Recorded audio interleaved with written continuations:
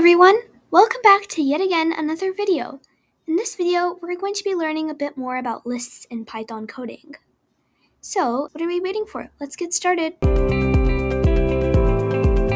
So we're going to be starting with adding the lists first because obviously we need to have the lists before we start doing stuff with the lists. So first we're going to have to start with this list, and then we're going to make an equal sign, and we have to use square brackets specifically for this. So I'm going to say apple, we're just going to list a bunch of fruits.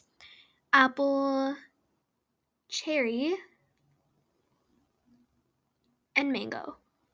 Okay, let's change that a little bit. Mango, and then let's think blueberry. So this is going to be our list, but we need to make that list appear on the right side of the screen. And you know exactly what command to do for that. That's right, print.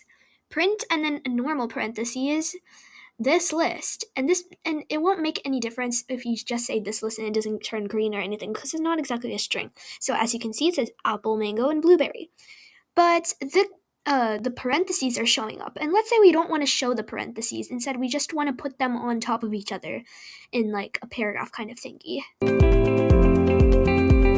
Now we are going to be doing a thing called looping lists. Now we're just going to print it a bit differently, which is what it is, because technically you don't have to write it a different way in the beginning for it to show up, but all you have to do is that you have to just write the list, and then in printing it's a bit different.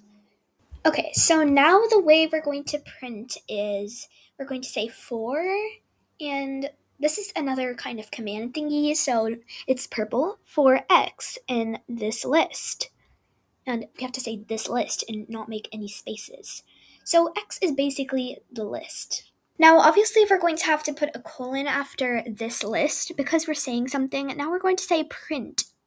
And then we're going to type, instead of this list, we're going to type X because X is standing for this list. Also, let's see if this works because there is something wrong and we will test it to see what is wrong. So we're going to test it.